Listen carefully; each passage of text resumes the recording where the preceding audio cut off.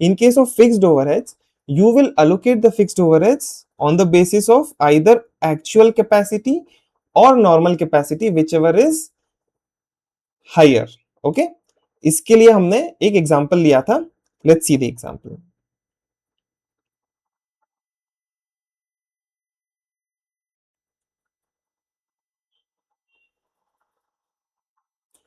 Yes. So हमने लिया था example of a furniture manufacturer who is manufacturing a wooden chair. उसकी normal capacity है, he manufactures 100 chairs per month. उसका fixed overhead लगता है for rent of the factory और machinery depreciation around 50,000 per month. His variable overheads are 500 per chair for any electricity or glue charges or any raw materials, and his direct labor charges are 1,500 per chair. Right? So हम direct labor or variable overheads we can identify directly to per chair, so we will allocate these respective costs to per chair. But let's see how do we allocate the fixed overheads. Okay, situation number 1. हमारा normal production हुआ, we manufactured 100 chairs. What was our capacity? अब in that case what will happen? As I said, direct labor and variable overheads are allocated based on their individual prices. Okay, but fixed overheads हमने बोला था normal और actual capacity whichever is higher. इसमें same है, so we are allocating based on the same capacity 100. Okay, so my per unit fixed overheads cost is allocated as 500 and totally it is allocated as 50,000, giving my total cost as 2,50,000 and my per unit chair cost as 2,500. Okay, simple case.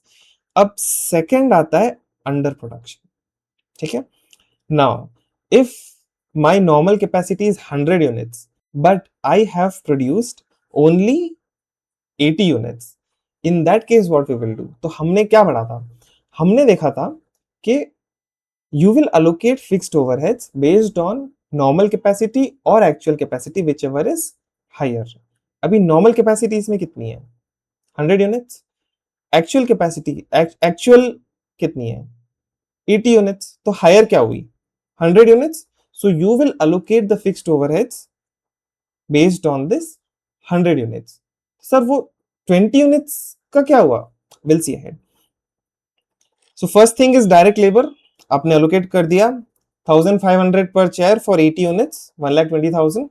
Variable overheads 500 per chair for 80 units, 40,000. Now fixed overheads आपने allocate किया based on normal capacity because this was higher.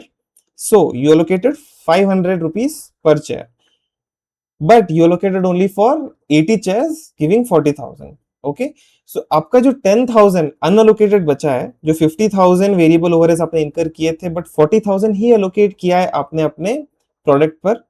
So the 10,000 unabsorbed overheads of 10,000 you will immediately charge to profit and loss. Okay,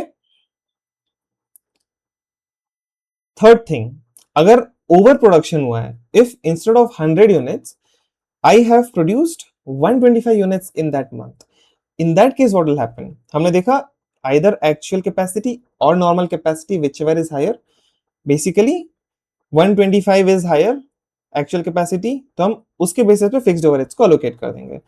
हमारा direct labour लग गया, variable overheads लग गया 1,500 and 500 per chair, but fixed overheads we have allocated based on my actual capacity which is 50,000 divided by 125. तो हमारा लगा only 400 per chair. अब देखिए पहले हमारा लगा था 500 पर चेयर फिक्स्ड ओवरहेड्स, यहाँ पे because my capacity has increased हमारा फिक्स्ड ओवरहेड्स लगा है 400 per chair and we have allocated to 125 chairs allocating entire 50,000 of fixed overheads. Okay, clear?